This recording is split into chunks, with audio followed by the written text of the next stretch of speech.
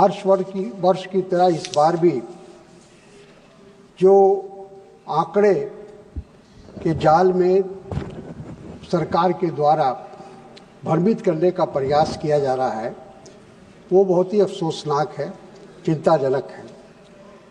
पिछले दिनों प्रधानमंत्री द्वारा राष्ट्रपति के अभिभाषण के उत्तर में जिस प्रकार से गलत बयानी से काम लिया गया वो आश्चर्यजनक है। शायद देश के मशहूर शायर ने इसी अवसर के लिए ये पंक्ति लिखी थी कि वो झूठ बोल रहा था बड़े सलीके से, मैं एतबार न करता तो और क्या करता। वही हालत हो गई है हमारे देश की सरकार की। सभापति महोदया, मोदी सरकार ने 2024 के लोकसभा चुनाव से कोई सबक सीखने की कोशिश नहीं की, जबकि जो परिणाम आए थे उसके बाद भारतीय जनता पार्टी को और सरकार को इस बात का ख्याल करना चाहिए था कि आने वाले समय में हमें ऐसा बजट देना है या ऐसा कदम उठाना है, ऐसा रोड मैप बनाना है जिससे जो हमारे देश की जो मुख्य समस्याएं हैं उसको दूर किया जाए, उसका रास्ता निकाला जाए, परंतु ऐसा हुआ नहीं। आने वाला बजट एक ऐसा दस्तावेज होगा, लोगों ने सोचा था कि उस दस्तावेज में गरीबी कम करने, बेरोजगारी दूर करने और कुछ ऐसे उपाय बताए जाएंगे जिससे महंगाई से आम लोगों को निजात मिल सके। लेकिन मायूसी के साथ कहना पड़ता है कि कोई कारगर उपाय नहीं सुझाया गया है इस बजट में। अध्यक्षा महोदय, सभापति महोदया, ये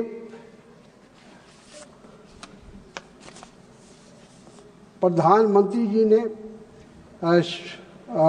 राष्ट्रपति अभिभाषण पर अपने वक्तव्य में दावा किया कि पिछले 10 वर्षों में 25 करोड़ लोग गरीबी रेखा से बाहर निकले हैं। ये सुनने में अच्छा लगता है, लेकिन वास्तविकता इसके बिल्कुल विपरीत है। मैं सरकार से कुछ बुनियादी सवाल पूछना चाहता हूँ। अगर गरीबों की संख्या घटी है तो उपभोग दर में कमी क्यों नहीं आई? अगर सिर्फ 15 करोड़ लोग गरीब बचे हैं तो फिर 80 करोड़ लोगों को मुफ्त राशन की जरूरत क्यों पड़ रही है? अगर गरीबी वाकई घटी है तो नीति आयोग के इस दावे को विश्व बैंक और IMF जैसे अंतर्राष्ट्रीय संस्थान क्यों नहीं उसको स्वीकार कर रहे हैं? गरीबी मापने के जो मानक क्यों बदले गए? नरेंद्र मोदी जी, आपकी सरकार रुपए की लगातार गिरती कीमत को रोकने में असफल है। पहली बार रुपया 87 के पार पहुंच गया है। इस असफलता की कीमत भारत के लोगों को चुकानी पड़ रही है। कांग्रेस की सरकारों ने गरीबी हटाने के लिए ठोस कदम उठाए। ये जो अक्सर प्रधानमंत्री बोलते हैं कि हम सिर्फ नारे नहीं देते हैं गरीबी हटाने का, और बल्कि हम उसके लिए काम कर रहे हैं, उसके लिए उपाय ढूंढ रहे हैं। लेकिन मैं बताना चाहता हूं कि कांग्रेस ने भी अपने कार्यकाल में जो गरीबी को दूर करने का मात्र नारा नहीं दिया था। सभापति महोदया, हमारे लिए गरीबी हटाओ सिर्फ एक नारा नहीं था। इंदिरा जी की सरकार से लेकर उसके बाद की कांग्रेस सरकारों ने गरीबी हटाने के लिए वास्तविक योजनाएं बनाई और उन्हें लागू किया। मनरेगा, खाद्य सुरक्षा अधिनियम, शिक्षा का अधिकार, बैंकों का राष्ट्रीयकरण जैसे नीतियों ने देश को गरीबों को मदद करने की कोशिश की। हमने कोयला खदानों का राष्ट्रीयकरण किया, राजाओं का प्रिविलेज खत्म किया, लैंड रिफॉर्म हुआ, ऐसे कई प्रगतिशील कदम उठाए गए जो integrated rural development programme, employment guarantee schemes, तमाम ये जो योजनाएं थी इनको हम लोगों ने शामिल किया और उसको आगे बढ़ाने का काम किया ताकि उसका लाभ आम लोगों को, गरीबों को खास तौर पर पहुंचे।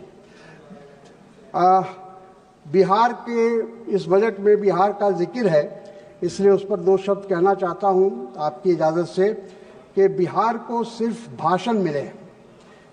इस बजट में बिहार का जितना जिक्र हुआ उतना किसी और राज्य का नहीं हुआ और लोगों को ये गलतफहमी हुई कि बिहार को बहुत कुछ दिया गया है। वित्त मंत्री की मधुबनी प्रिंटिंग वाली साड़ी की चर्चा तो हो रही है, लेकिन बिहार के विकास की नहीं। हमें बजट भाषण नहीं, वास्तविक आवंटन चाहिए।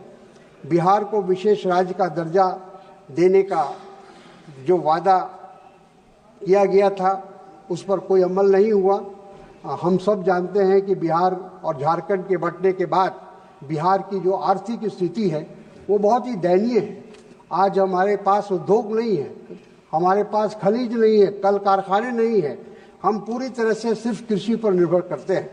वैसी हालत में बिहार को विशेष राज्य या विशेष पैकेज देने की बात होनी चाहिए थी, लेकिन वो सही ढंग से नहीं हुई है, सिर्फ गोल गोल घुमाने का काम हुआ है। मखाना बोर्ड का जिक्र तो हुआ, लेकिन उसे कितनी वित्तीय मदद मिलेगी उसकी कोई जानकारी इस बजट के भाषण में नहीं है। देश को बजट से बहुत उम्मीद थी। सभापति महोदया, माननीय पिछले बजट से इस बजट के बीच 2.5 लाख करोड़ का अंतर आया है, लेकिन इसमें से मात्र 4,000 करोड़ रुपए खेती किसानी में और 1,000 करोड़ रुपए ग्रामीण विकास में दिए गए। आखिर ये पैसा जा कहाँ रहा है, ये हमें जानने की ज़रूरत है। ये एक सवाल है। ग्रामीण विकास का बजट घटा दिया गया, शिक्षा के लिए आवंटित राशि में कमी कर दी गई, खाद और फूड सब्सिडी में कटौती कर दी गई, मनरेगा का बजट नहीं बढ़ाया गया। किसानों को आज भी एमएसपी की कानूनी गारंटी का इंतज़ार है। जब सरकार 16 लाख करोड़ का कर्जा कॉपरेटिव्स का माफ़ कर सकती है और केंद्रीय कर्मचारियों के लिए 8वां वेतन आयोग का खर्च जो लगभग 1 लाख करोड़ आएगा वो उठा सकती है, तो क्यों नहीं 16 करोड़ जो किसानों के लिए 26,000 करोड़ खर्च कर हम एमएसपी सुनिश्चित कर सकते हैं। एमएसपी के बारे में बहुत कुछ कहा जा चुका है सदन में, मैं उस पर ज़्यादा बात नहीं करूँगा। देश की अर्थव्यवस्था संकट में है, देश में बेरोजगारी बढ़ रही है, आय घट रहा है और महंगाई चरम पर है। इसका सीधा असर आम जनता की बचत पर पड़ा है। घरेलू बचत 50 वर्षों से सबसे निचले स्तर पर पहुंच चुका है। लोग अपने गहने गिरवी रखने को मजबूर हो रहे हैं। ये संख्या 50% तक बढ़ गई है। ऋण चुकाने में असमर्थ के कारण डिफॉल्ट के मामले में 30% संख्या बढ़ गई है। इतना ही नहीं, पिछले बजट में प्रधानमंत्री इंटर्नशिप योजना की घोषणा की थी, जिसमें 5 साल में 1 करोड़ युवकों को टॉप 500 कंपनियों में इंटर्नशिप देने का लक्ष्य रखा गया था। हकीकत यह है कि 1 साल में मात्र 28,141 उम्मीदवारों को इंटर्नशिप मिली है और यानी लक्ष्य का केवल 0.28% ही पूरा हुआ है। सभापति महोदया,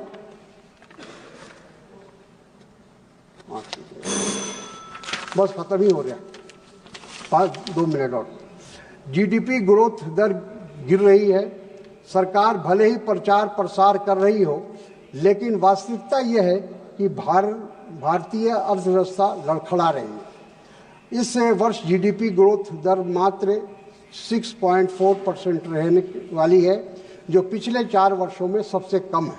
मोदी सरकार चाह कर भी ये नहीं छुपा सकती कि यूपीए के 10 वर्षों में जीडीपी ग्रोथ औसत 7.5% थी, जबकि मोदी सरकार के 10 वर्षों में ये मात्र 6.5% रह गई है। एफएमसीजी कंपनियों की रिपोर्ट बताती है कि छोटे पैकेजों की मांग बढ़ रही है, यानी लोग ज़रूरी सामान भी कम मात्रा में खरीद रहे हैं। मैन्युफैक्चरिंग सेक्टर की ग्रोथ केवल 5.3% रह गई है, जबकि माइनिंग सेक्टर की ग्रोथ 7.1% से घटकर 2.9% हो गई है। निवेश क्यों नहीं हो रहा है, ये एक बहुत बड़ा सवाल है। इस पर भी हम वित्त मंत्री जी से जानना चाहेंगे। भारतीय उद्योगपति प्रधानमंत्री की तारीफ तो करते हैं, लेकिन निवेश करने के से बचते हैं। इसकी क्या वजह है? सीबीआई और ईडी जैसे एजेंसियों का दुरुपयोग, बदले की राजनीति, अत्यधिक टैक्स और कठोर नीतियां, सरकार आम आदमी से जीएसटी के नाम पर अत्यधिक कर वसूल कर रही है। आटा, दही, दवा, शिक्षा, पॉपकॉर्न और यहाँ तक के पुरानी कारों तक पर भारी टैक्स लगाया जा रहा है। इनकम टैक्स और कॉरपोरेट टैक्स से ज़्यादा वसूली अब आम आदमी से की जा रही है। $1 ट्रिलियन की अर्थव्यवस्था का सपना अधूरा है। सरकार ने 2022 तक भारत को $5 ट्रिलियन की अर्थव्यवस्था बनाने का दावा किया था। अब 2025 भी आ गया, लेकिन ये लक्ष्य आज भी दूर की कौड़ी है। इससे मुकाम तक पहुंचने के लिए हमें हर साल 10% की जीडीपी ग्रोथ चाहिए, और जो इस सरकार के बस की बात नहीं है। निष्कर्ष, माननीय सभापति महोदया, ये सरकार केवल प्रचार और दावों में विश्वास करती है, लेकिन वास्तविकता कुछ और ही बयां कर रही है। मैं सरकार से आग्रह करता हूं कि वो प्रचार से हटकर देश की अर्थव्यवस्था, किसानों, युवकों और गरीबों की वास्तविक समस्याओं पर ध्यान दें। धन्यवाद।